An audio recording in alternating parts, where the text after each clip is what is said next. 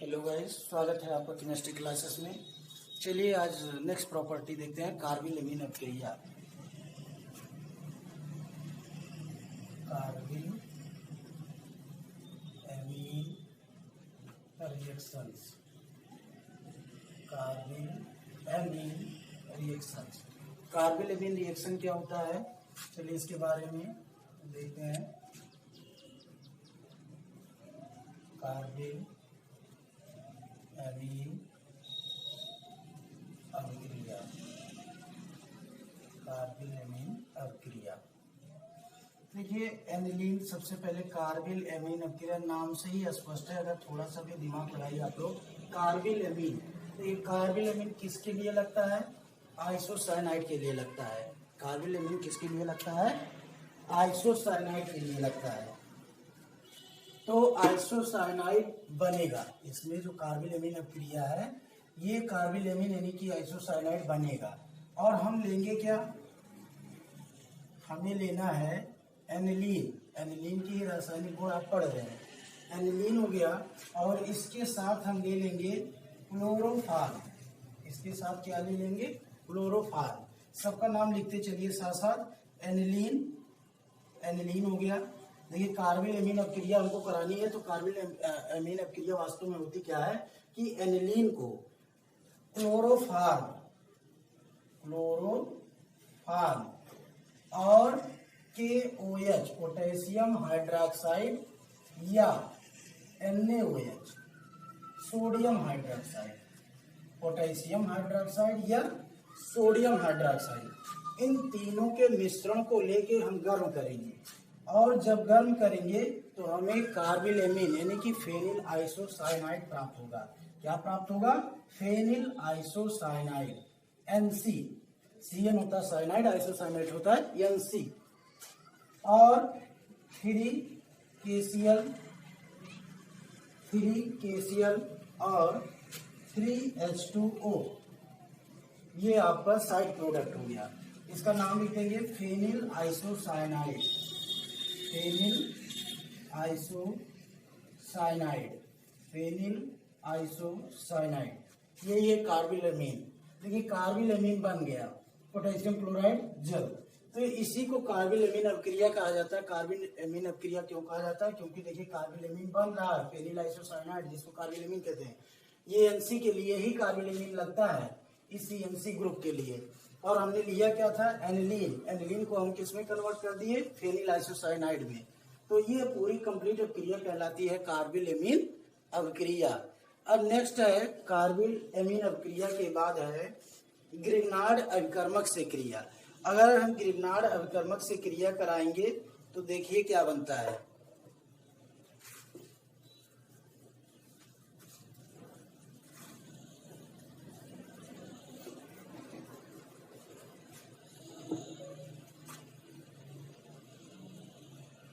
Grignard अभिकर्मक,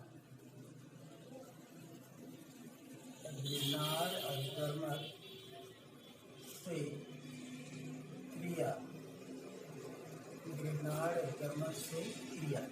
Grignard अभिकर्मक के बारे में पहले सुन लीजिए, RMgX। अब देखिए इसमें R क्या है? R एल्किल ग्रुप है। R क्या है? R एल्किल ग्रुप है। Mg ये metal, X hydrogen, fluorine, bromine, iodine, ये हो गया। यानी कि ग्रिग्नार्ड अभिकर्मक क्या है कि ये एल्किल ग्रुप, मेटल और हाइड्रोजन का कंबाइंड ग्रुप है। और इसकी विशेष बात क्या है कि ये ग्रिग्नार्ड अभिकर्मक के रूप में जो कार्बन होता है वो न्यूक्लियोफाइल के रूप में होता है। यहाँ पर कार्बन कैसे होता है? न्यूक्लियोफाइल के रूप में होता है। और इसी न्यूक्लियोफाइल के कारण से ये जिस कार्बन से जुड़ता है उसकी 1 डिग्री बढ़ जाती है, 1 डिग्री बढ़ जाती है। कहने का मतलब कि जिस भी यौगिक से ये जुड़ेगा ग्रिग्नार्ड अभिकर्मक, उसकी 1 डिग्री बढ़ जाएगी। और ऑक्सीडेशन नंबर, ऑक्सीकरण संख्या 1 घट जाएगी, ऑक्सीकरण संख्या घट जाएगी और डिग्री क्या होगी, बढ़ जाएगी। तो चलिए अब इससे क्रिया कराते हैं। RMGX जो आपका ग्रिग्नार्ड अपकर्मक है, इसकी क्रिया हम एनिलीन से कराते हैं। पहले एनिलीन हम लिख लेते हैं, एनिलीन का सूत्र और फिर उसकी क्रिया।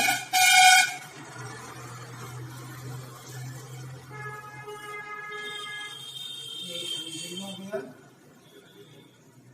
एनिलीन, और ग्रिग्नार्ड अपकर्मक ले लीजिए CH3MgBr ले लीजिए, methyl magnesium bromide, methyl magnesium bromide, methyl magnesium bromide, इसकी क्रिया करा देंगे। तो अब इसको देखिए, सक्रिय हाइड्रोजन मिला, चूंकि यहाँ किस रूप में है, ये निगेटिव के रूप में, और यहाँ से इसको H+ मिल जाएगा, H पॉजिटिव मिल जाएगा, तो ये किसमें कन्वर्ट हो जाएगा, CH4 मीथेन में। और बचा क्या, जो बचा C6H5, यानी कि ये बेंजीन हुई जिसको हम फेनिल ग्रुप कहते हैं, C6H5। उसके बाद क्या बचा, NH, एक H निकल चुका है, और MgBr, ये इसका साइड प्रोडक्ट हो गया, ये आपका मेन प्रोडक्ट हो गया मीथेन। तो ये देखिए ग्रिग्नार्ड अपकर्मक से क्रिया। तो यहाँ पर देखिए, ये जो ग्रिग्नार्ड अपकर्मक था, फिर से एक बार सुन लीजिए, CH3- न्यूक्लियोफाइल के रूप में था, यहाँ से इसको H+ मिल गया, ये CH4 में कन्वर्ट हो गया मीथेन में, और जो साइड प्रोडक्ट आपका बन जाए C6H5NH MgBr। अब नेक्स्ट रिएक्शन देखते हैं, चलिए।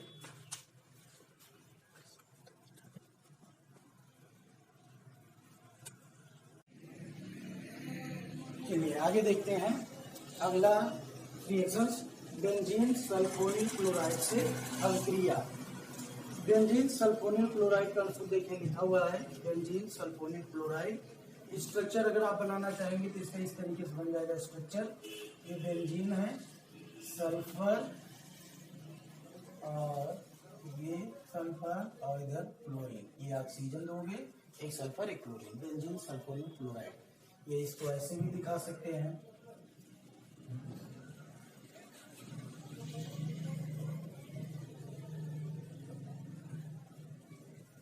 ऐसे भी देख सकते हैं। तो बेंजीन सल्फोनिल क्लोराइड, इसकी अब क्रिया करानी एथिल एमीन से, या एनिलीन आप पढ़ रहे हैं, एनिलीन से भी क्रिया करानी है। देखिए दोनों आपको दिखाया गया है। तो ये बेंजीन सल्फोनिल क्लोराइड, और ये आपका एथिल एमीन, एथिल एमीन, या IPSC नाम एथेनेमीन, एथेनेमीन। बेंजीन सल्फोनिल क्लोराइड की क्रिया एथिलेमीन या एथेनेमीन से कराते हैं। तो देखिए, एक H, यहाँ से एक H और इसका Cl, ये दोनों Cl के रूप में निकल जाएंगे, बाकी ज्वाइंट करके आप लिख दीजिए सीधे, क्या बना, N एथिल बेंजीन सल्फोनेमाइड। क्या बना, N एथिल बेंजीन सल्फोनेमाइड। बहुत ही सिंपल, केवल Cl को रिमूव करना है।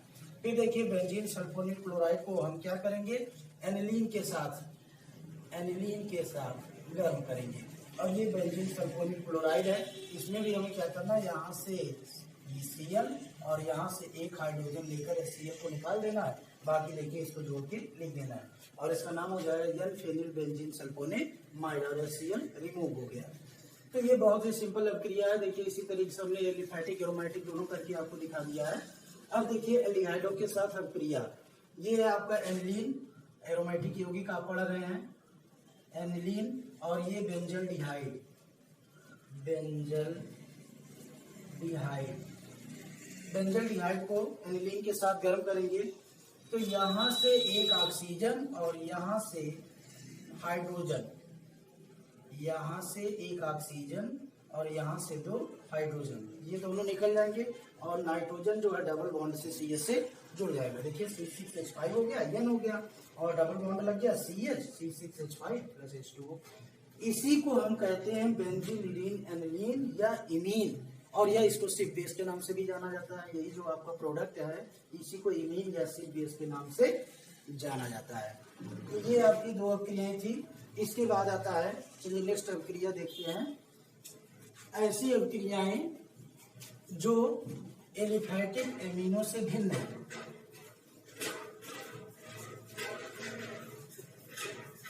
एमिन जो कि दूसरा आपको बताए थे कि इसके 3 पार्ट हैं रासायनिक अभिक्रिया के, और दूसरा वाला पार्ट आ गया कि एमिन समूह की वे अभिक्रियाएं जो एलिफैटिक एमिनो से भिन्न है। तो उसमें पहला आता है नाइट्रस अम्ल से क्रिया। नाइट्रस अम्ल से क्रिया आपको बताए थे कि इसकी जो रासायनिक अभिक्रिया है वो 3 भागों में डिवाइड है। पहला कंप्लीट हो गया। दूसरा है कि एमिनो समूह की वे अभिक्रियाएं जो एलिफैटिक एमिनो से भिन्न है। तो देखिए पहला क्या है, HNO2 से क्रिया। तो हम क्या करेंगे, एनिलीन लेंगे। ये एनिलीन हो गया, एनिलीन प्लस HNO2 जिससे क्रिया करानी है, इसको कहते हैं nitrous acid. Nitrous acid plus HCl का मिश्रण लेना है, हाइड्रोक्लोरिक एसिड। Hydrochloric acid. और ताप कितना रखना है, 0 से 5 अंश सेल्सियस ताप पे गर्म करना है। तो बन जाएगा benzene diazonium chloride, N double bond NCl और प्लस H2O। ये बन गया benzene diazonium chloride. Benzene diazonium chloride, benzene diazonium chloride. ये बहुत ही महत्वपूर्ण रिएक्शन है। तो देखिए एनिलीन को नाइट्रस अम्ल के साथ HCl के मिश्रण को 0 से 5 अंश सेल्सियस ताप पर गर्म करने पर हमें एक नया यौगिक प्राप्त होता है जिसका नाम है बेंजीन डाइएजोनियम क्लोराइड। फिर नेक्स्ट है कार्बन डाइसल्फाइड से क्रिया। कार्बन डाइसल्फाइड से क्रिया। तो ये कार्बन डाइसल्फाइड से कैसे क्रिया होगी, इसमें हमें 2 अणु लेना है। किसके, एनिलीन की। देखिए ऐसे एनिलीन के 2 अणु हम बना लेंगे। ये NH2 हम 2 बार लिख लिए हैं HH। फिर दूसरा मॉलिक्यूल ये NH, ठीक है। और कार्बन डाइसल्फाइड, ये स्ट्रक्चर हो गया कार्बन डाइसल्फाइड का। तो देखिए बिल्कुल सिंपल तरीका है, यहाँ से H2S हाइड्रोजन सल्फाइड निकल गया और डाइफेनिल यूरिया बन गया। ये निकल जाएगा H2S, और चाहे इधर प्लस करके लिख दीजिए H2S। और बना क्या क्या आपका, 2 रिंग बना लीजिए पहले, बेंजीन रिंग। और दोनों बेंजीन रिंग को एक NH यहाँ, एक NH यहाँ। अब देखिए एक सिंगल बॉन्ड इधर, एक सिंगल बॉन्ड इधर, C double bond yes,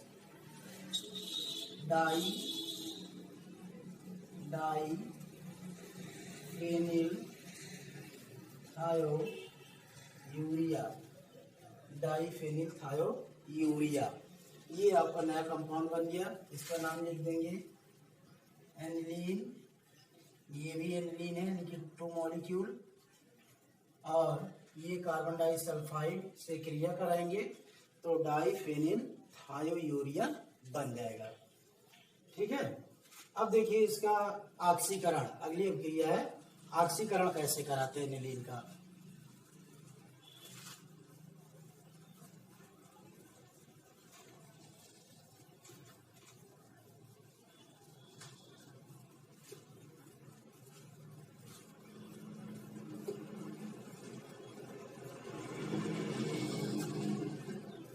oxidation, oxidation ऑक्सीकरण। एनिलीन ले लीजिए, ये एनिलीन हो गया। इसको ऑक्सीडाइज करना है तो हमें ऑक्सीकारक लगाना पड़ेगा, और वो भी प्रबल ऑक्सीकारक। एनिलीन K2Cr2O7 H2SO4 या KMNO4 H2SO4। ये दोनों प्रबल ऑक्सीकारक हैं और इसको ऑक्सीडाइज कर देंगे।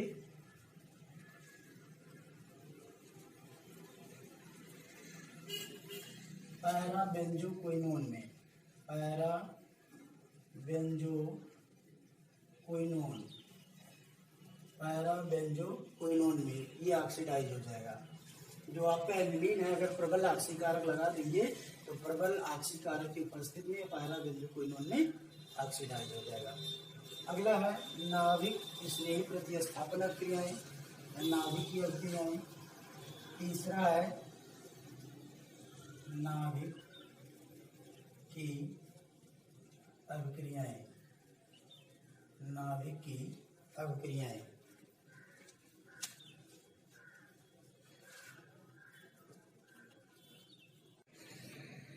चलिए देखते हैं नाभिक की अभिक्रियाएं। नाभिक की या नाभिक की प्रतिस्थापन क्रियाएं, नाभिक की प्रतिस्थापन अभिक्रियाएं। चलिए इसमें मुख्य आप लोग जानते हैं कॉमन रिएक्शंस है नाभिक की जितने भी प्रतिस्थापन क्रियाएं, हैलोजनीकरण है, नाइट्रीकरण है, सल्फोनीकरण है, ये सारी चीजें कॉमन होती हैं, लगभग हर एरोमेटिक यौगिक में होती हैं। तो चलिए पहला देख लेते हैं इसका हैलोजनीकरण या हैलोजिनेशन। हैलोजिनेशन इसको कहते हैं हैलोजनीकरण। हैलोजनीकरण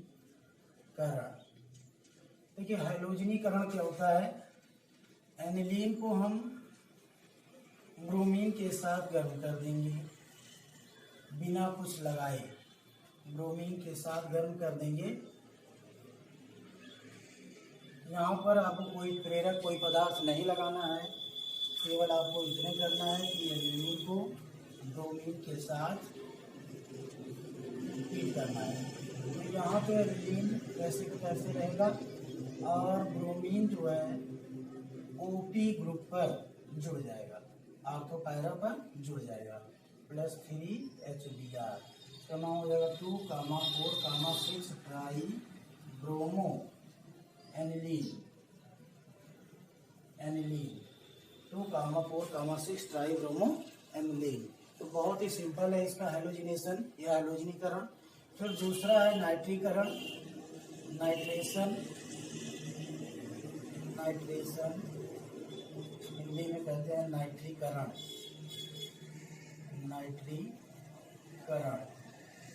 चलिए देखते हैं नाइट्रेशन क्या होता है। नाइट्रीकरण ये थोड़ा अलग है, हर कंपाउंड से अलग रिएक्शन देता है, अलग अभिक्रिया है। अब एनिलीन के बारे में देखिए,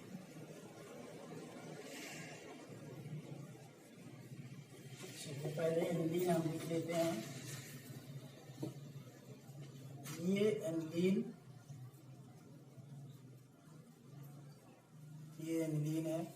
अब इसका ऑक्सीकरण हो जाता है, अगर हम नाइट्रिक अम्ल लगा देते हैं यहाँ पर HNO3, तो मान लीजिए कंसंट्रेट है और यहाँ पर कंसंट्रेट H2SO4 प्रेरक है, तो ये ऑक्सीकारक HNO3 क्या है, ये थोड़ा प्रबल ऑक्सीकारक है, ये इसको ऑक्सीडाइज कर देता है। और ऑक्सीडाइज कर देगा तो आप जाने हैं प्रोडक्ट बदल जाएगा, उत्पाद चेंज हो जाएगा, ऑक्सीडाइज हो जाएगा तो पैराबेंजोक्विनोन बन जाएगा।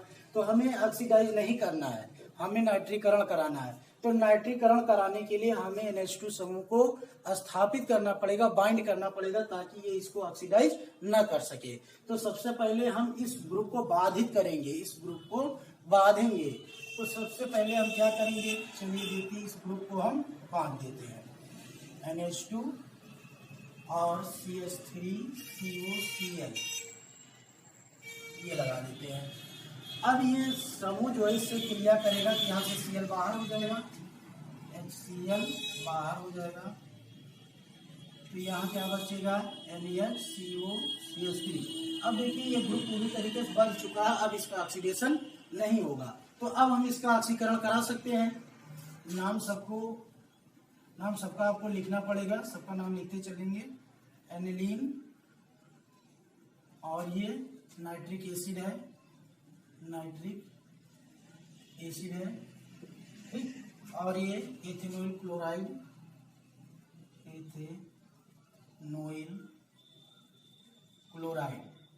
ये एथेनॉल क्लोराइड है। ये ग्रुप हमने बांध दिया। अब इसका हम कराएंगे नाइट्रीकरण। NH3 कंसंट्रेट प्लस H2SO4, ये भी कंसंट्रेट। ये क्या है आपका उत्प्रेरक है। अब देखिए इसको हमने लगा दिया, तो इसके पहले हमें क्या करना है, इसको चेक करना पड़ेगा ये कैसा ग्रुप है। ये कैसा ग्रुप है, ओपी डायरेक्टिव है। कैसा ग्रुप है, ओपी डायरेक्टिव है। तो कितने उत्पाद बनेंगे, 2 उत्पाद बनेगा। देखिए 2 उत्पाद कौन कौन बनेगा, ये हो गया NaCO तो एक तो लग गया NO2 किस पर, आर्थो पर। O का मतलब क्या, आर्थो। P का मतलब क्या, पैरा। एक तो लग गया आर्थो पर, दूसरा किस पर लगेगा, पैरा पर। NaCO ये आपका ग्रुप हो गया और NO2 जुड़ गया। ठीक है, अब हमारा जो टारगेट था वो पूरा हो चुका है। अब हमें क्या करना है, इसको हटाना है। तो हम इसको हटाने के लिए इसका क्या करा देंगे, जल अपघटन करा देंगे। तो इसका भी जल अपघटन हो जाएगा। अब देखिए क्या बन गया आपका, जो प्रोडक्ट आप बनाना चाहते थे वही उत्पाद बन गया। यानी कि ये NH2 हो गया और ये प्लस CH3COOH के रूप में निकल जाएगा और ये हो जाएगा, ये किस पर है, आर्थो पर। ये हो गया और इसका उत्पाद क्या हो जाएगा, ये पैरा पर लग जाएगा NH2 और NO2। ये हो गया ortho nitro aniline, ortho nitro aniline, और ये हो गया para nitro aniline, para nitro aniline. अब देखिए ये बना कैसा, अगर आप जानना चाहते हैं तो देख सकते हैं। ये किसमें टूटेगा, H2O, ये टूटेगा H प्लस और OH माइनस में।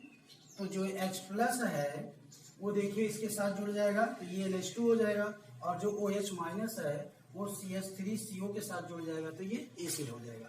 तो इस तरीके से इसका विघटन होता है और OH माइनस इससे जुड़ जाता है एसिड से, CH3CO प्लस से, और जो आपका NH2 है वो OH प्लस से जुड़ जाता है और आपका मेन उत्पाद प्राप्त हो जाता है। तो इस तरीके से इसका नाइट्रीकरण होता है। नाइट्रीकरण थोड़ा लंबा है क्योंकि इसकी पूरी प्रोसेस ही चेंज है। चेंज क्यों है, क्योंकि NH2 ग्रुप जो है, नाइट्रिक अम्ल जो है NH2 ग्रुप को ऑक्सीडाइज कर देता है। उसको रोकने के लिए हमें सबसे पहले NH2 ग्रुप को बाइंड करना पड़ेगा। उसके बाद इसका क्या कराएंगे, नाइट्रीकरण कराएंगे और नाइट्रीकरण कराने के बाद फिर इसका हमें जल अपघटन कराना पड़ेगा, तब जाके हमारा टारगेट पूरा होगा।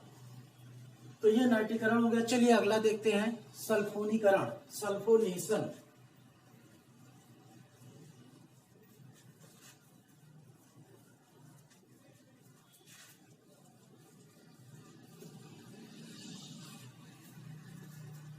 सल्फोनेशन इसका तीसरा है, सल्फोनेशन, सल्फोनीकरण, सल्फोनीकरण, सल्फोनीकरण। चलिए करा देते हैं एनिलीन का। एनिलीन हो गया, एनिलीन और कंसंट्रेट या सधूम्र ले लीजिए यहाँ पर, चूंकि सल्फोनीकरण हो रहा है। H2SO4 इसको लिखेंगे सधूम्र या फ्यूमिन, सधूम्र। ये बन जाएगा NH2 और SO3H, और यहाँ से क्या निकलेगा, H2O, और दूसरा हो जाएगा NH2 और SO3H। ये हो जाएगा सल्फानिलिक एसिड, सल्फानिलिक एसिड। ये आर्थोसल्फानिलिक एसिड है और ये पैरा सल्फानिलिक एसिड। ये देखिए इसका उत्पाद हो गया। चूंकि ये ओपी डायरेक्टिव है, आपको पहले से पता है NH2 ग्रुप क्या ओपी डायरेक्टिव है, तो 2 उत्पाद बनेगा। सल्फोनीकरण करा रहे हैं तो SO3H जुड़ जाएगा। ये सल्फानिलिक अम्ल है आर्थो और ये पैरा। चलिए फिर इसका देखते हैं अगली अभिक्रिया, युग्मन अभिक्रिया। अगली अभिक्रिया क्या है, युग्मन अभिक्रिया।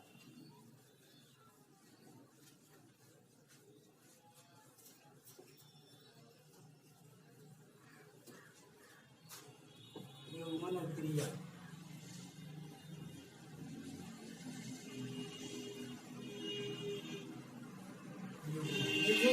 का मतलब क्या होता है? जोड़ा। कहने का मतलब इसमें क्या होंगे? 2 एरोमेटिक रिंग होगा, 2 बेंजीन रिंग होगा। अब पहला हम ले लेते हैं बेंजीन डाइएजोनियम क्लोराइड। युग्मन अभिक्रिया कराने के लिए क्या लेंगे? Benzene diazonium chloride. और दूसरा मॉलिक्यूल चूंकि एनिलीन से कराना है तो एनिलीन लिख देंगे। एनिलीन हो गया NH2 ग्रुप, और ये हो गया यहाँ पर H। देखिए ये HCl निकल जाएगा, सीधी सी बात। इसका Cl और इसका H निकल जाएगा। जो बचेगा वही लिख दीजिए खाते। ये HCl बाहर हो गया। क्या क्या बचा?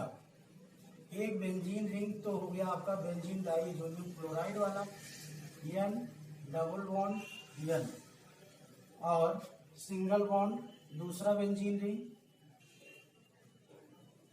ये हो गया NH2।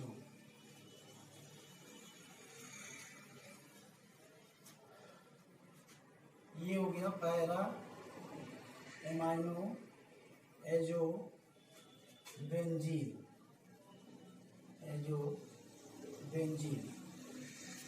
Para amino azo benzene. ये इसको कहते हैं युग्मन अभिक्रिया। ये आपका है बेंजीन डाई एजोनियम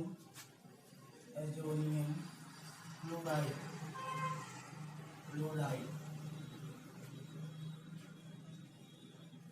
और ये आपका हो गया एनिलीन, और ये पैरा एमाइनो एजो बेंजीन, यहाँ पर कर दीजिए पैरा एमाइनो एजो डाइबेंजीन। ये आपका कंपाउंड हो गया, उत्पाद हो गया।